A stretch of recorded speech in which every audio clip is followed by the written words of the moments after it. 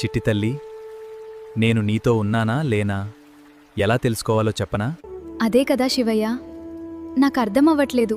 ఎలా కనుక్కోవాలి చెప్పవా శివయ్య? నీతో ఉన్నప్పుడు 7 సంకేతాలు వస్తాయి, చెప్తా విను. 1 ఓం నమః శివాయ అనే మంత్రాన్ని జపించాలనే బలమైన కోరిక నీలో కలుగుతుంది.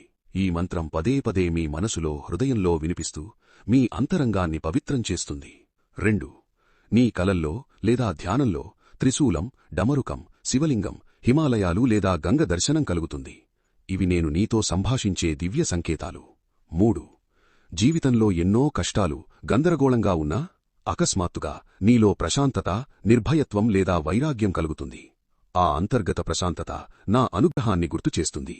4 కైలాసం, హిమాలయాలు లేదా శివాలయాలపై నీకు ప్రత్యేకమైన ఆకర్షణ కలుగుతుంది. ఇది యాదృచ్ఛికం కాదు, నాతో ఆధ్యాత్మిక అనుబంధం పెరుగుతున్నదని సూచించే సంకేతం. 5 నీ అంతర్జ్ఞానం మరింత పదునుగా మారుతుంది. కొన్ని విషయాలు ముందే తెలిసిపోవడం, లోపలి జ్ఞానం పెరగడం వంటి అనుభూతులు కలుగుతాయి. ఇది నా కృపతో వచ్చే ఆధ్యాత్మిక మేల్కొలుపు. 6 ధనం, కోరికలు లేదా అవసరంలేని విషయాలపై ఆసక్తి ఉండదు. ధ్యానం, సరళమైన జీవనం, ఆత్మవికాసం వైపు మనసు మళ్లుతుంది.